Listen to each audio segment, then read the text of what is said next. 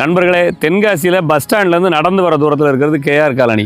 Bus ஸ்டாண்டுக்கு ஏற்றப்பில் முதல் தெரு. அந்த கேஆர் காலனி இந்த வீடுகள்லாம் பாருங்கள். இதில் கேஆர் காலனி 5வது தெருவில் நம்மக்கிட்ட ஒரு 5 பிளாட்டுங்க. அந்த காம்பவுண்ட்லேருந்து அப்படியே வரிசையாக 5 பிளாட் இருக்குது. 5மே தெற்க பார்த்த பிளாட்டு. 30க்கு 40. கேஆர் காலனியோட 5வது தெருவில் அமைஞ்சிருக்கு. எல்லா பிளாட்டுமே 30க்கு 40 அளவு. ஏன்னா எல்லா பிளாட்டுமே டிடிசிபி அப்ரூவ்டு.